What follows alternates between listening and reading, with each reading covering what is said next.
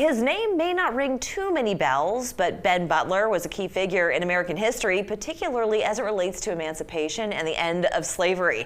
Charleston's Pure Theater is bringing his fascinating story to the stage, and we'd like to welcome two of the theater's ensemble players, R.W. Smith and Michael Smallwood. Gentlemen, it's great to have you. Thank you for having me. Yeah, we're really happy to be here. All right, well, R.W., I will ask you this question. Sure. Who is Ben Butler? Wow, yeah, he is a divisive figure for sure. He was a Union Army general, Major General, appointed by Lincoln himself, who, in the process of his working with the Union Army, he decided to take a chance on, let's see if we can take these slaves and keep them. Yeah, I mean, what would you say? You know, it's funny.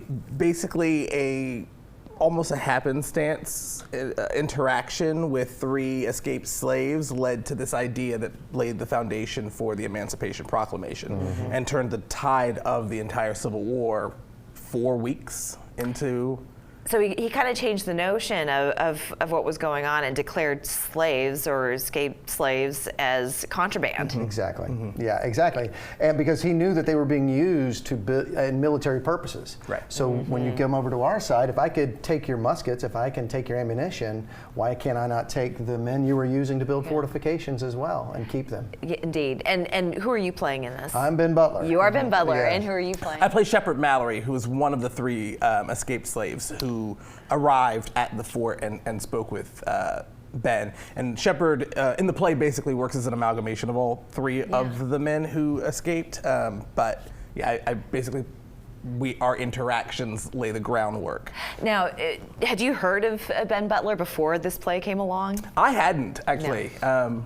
I had, just because of his actions after this, because later in the Civil War he went down to New Orleans, and he is a reviled figure from the South. Indeed he is. And in an ironic, I understood. yeah, but then in an ironic twist, at the Democratic Convention the year before this play takes place, which occurred here in Charleston, the Democratic Convention, he voted for Jefferson Davis, as he thought he could bring the Union together, which we learn later on that's not the truth. It's not what happened at all. Yeah, Yes, so indeed. it's a very interesting character, and all these characters are real people. You know, Yes. Shepard Mallory is a real human being. You know, so is Ben Butler, Major Carey, who is the Southern general, Southern major who shows up. So that's very different from what we're used to doing on stage a lot of times. We don't get to really. I was going to ask, I mean, how is it having to play a real person versus a fictional character? Let's start with you. I've played now several historical figures at Pure. I've played Frederick Douglass. I've played Louis the 16th.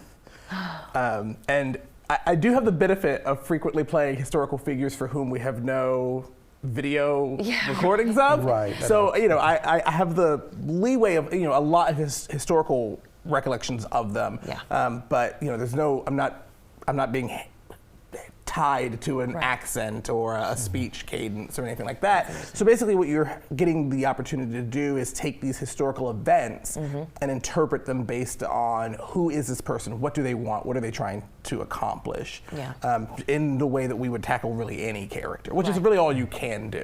And tell us a little bit more about the playwright.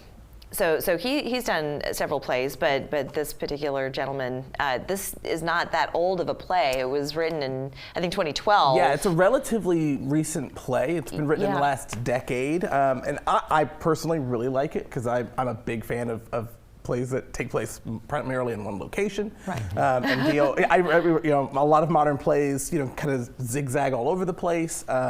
But I like that he keeps it very grounded and very focused on these few individuals.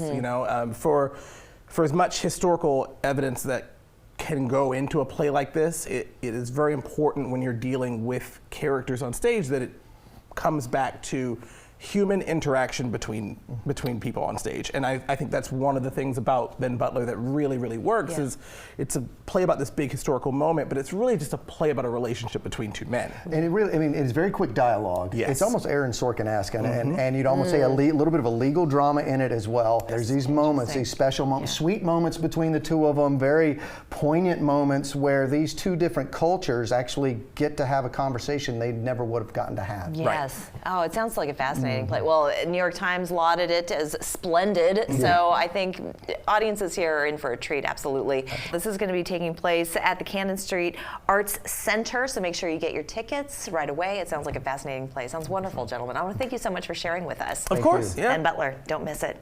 We're back after this.